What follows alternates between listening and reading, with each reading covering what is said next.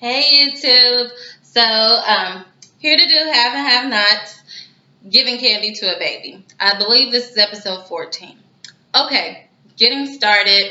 I'm gonna just breeze through some things because they really weren't that big of a deal. Okay, so the first thing, Jennifer finds Wyatt dead to the bed. They confirmed his death. I still think that there's some way that he's still alive. Like, they didn't touch him. Okay, he could still have a pulse. But whatever the case, she finds out. She feels bad because she gave him the inheritance money, and it seems as if he's overdosed, and she feels responsible. And she can't tell this family because they've already lost one kid, and she can't even look at them in the face. Meanwhile, she still wanted to put them in jail, and they had already lost one kid. So now all of a sudden you got like feelings, like you sympathize with them. Whatever, Jennifer. So let's table that. Next, Landon Jeffrey. Of course, Landon is reading the news article about Maggie's death, and he's like, you know what? This is all lies. They weren't friends. It's not a coincidence that she died at your mom's house. I'm out this piece. He just starts throwing all his stuff in the suitcase, and he's like, I gotta go. I gotta get out of here because all of you people are crazy. Okay, something happens to everybody, and if you knew what was best for you, you get out of here too. Jeffrey, of course, not taking him seriously. Whatever. Scene over. Okay, now David. David is a very upstanding guy. He realizes that, okay, Jim didn't put the hit on my wife. He must have taken the hit off because the guy that actually ended up shooting Maggie, he was just kind of like a hood guy, and he wasn't a professional killer, and he runs out the front door. Like, how stupid is that? So whatever the case, he knows, okay, I beat up Jim for no reason, so let me go apologize. So he goes to apologize. Jim is still acting difficult, like, what? I didn't take the hit off your wife. And David was like, dude, I know you did.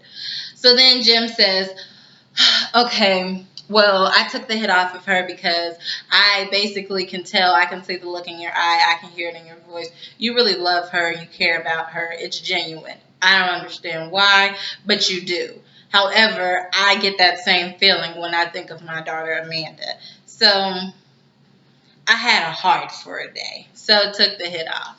So I was like, oh, that's really good. So whatever the case, then David decides to tell him, hey, you know Maggie Day died.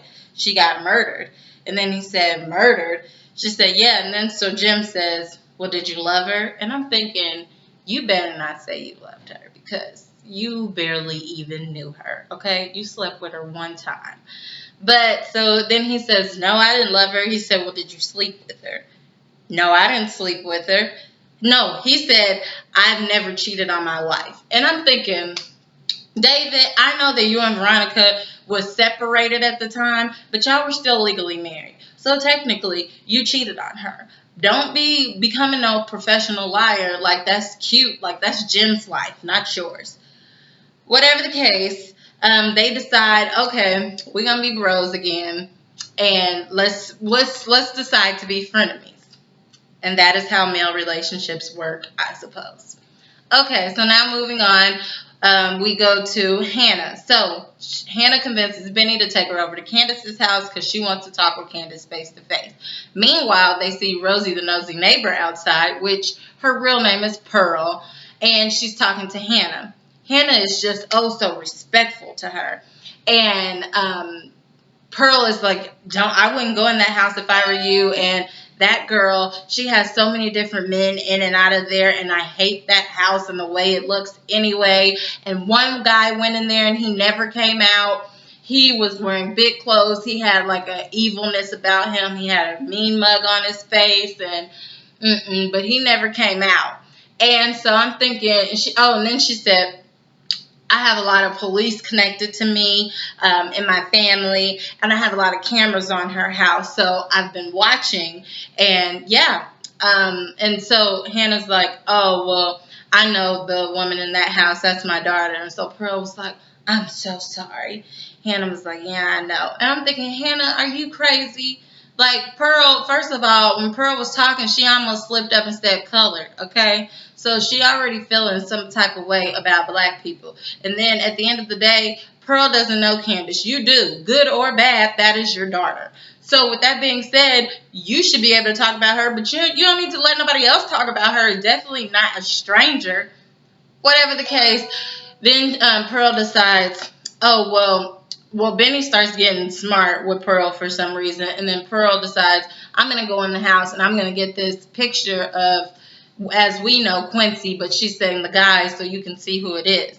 And so then Hannah says, okay, I'll just be waiting. And then Pearl says, and who's that guy? She said, oh, that's my son. So Pearl like rushes away frantically because in her mind she's thinking, dang, like you raised this one, this wild, disrespectful dude, and then that crazy girl in the house, like you gotta be crazy.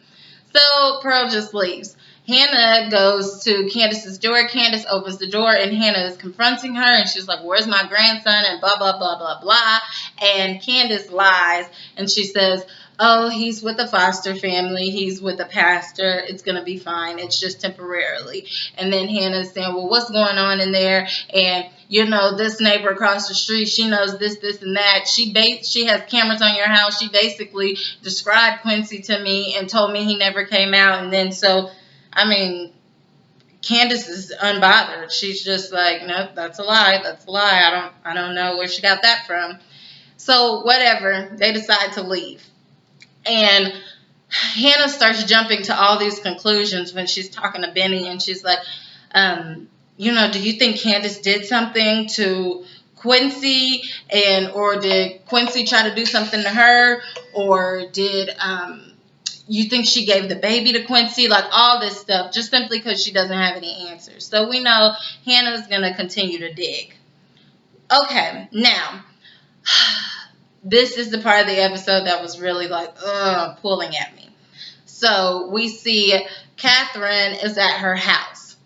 Catherine receives a phone call late at night. Now, last week's episode, Catherine asked Hannah, if I receive that call, which I'm sure I will you be there for me?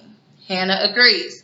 So when she receives the call, Catherine doesn't pick up the phone. She gets her cell phone and she calls Hannah. And she said, Hannah, I just got the call. And then Hannah said, well, what did they say? She said, I didn't even answer it because I can't answer it. But why else would they be calling me this late at night?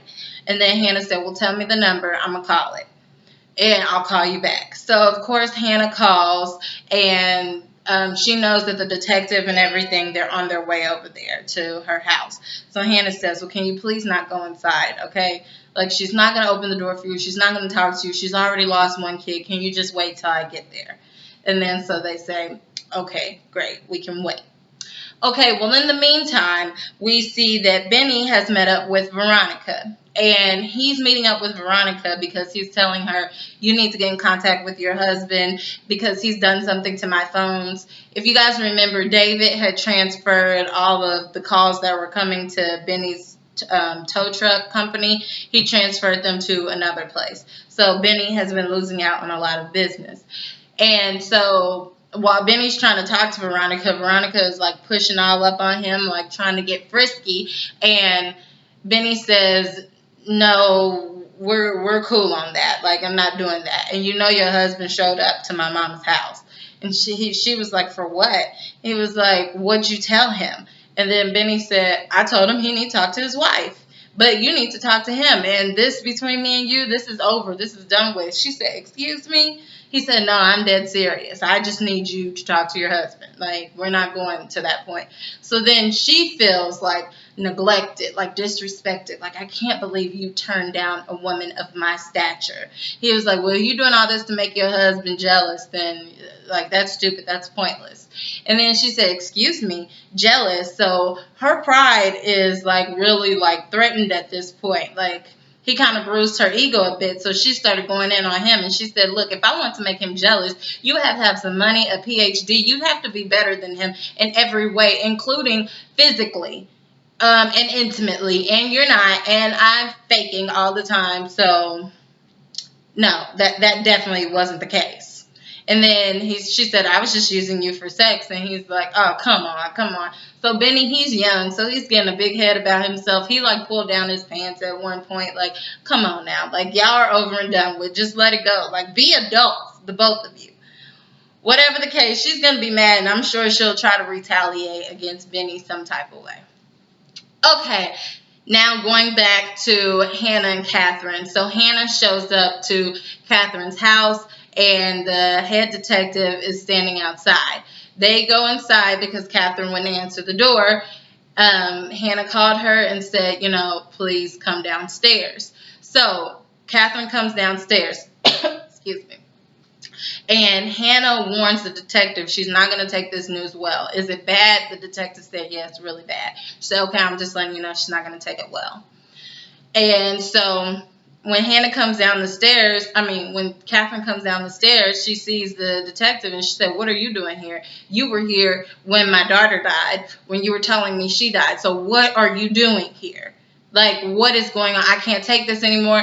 And Catherine is like breaking down. I'm telling you, it was a great, great, great performance. That's the best I've ever seen Catherine act on this show. I felt all of her emotions, and she was just a broken, just like beat up parent who just is like, I've had enough. Like, you're coming to tell me more bad news. And of course, then he says, Wyatt Cryer is dead, your son is dead. And she just like bawls out crying, and then episode is over. So I will be back with a review for next week. As always, like, comment, and subscribe, and check me out at mrsblogaholic.com. Bye.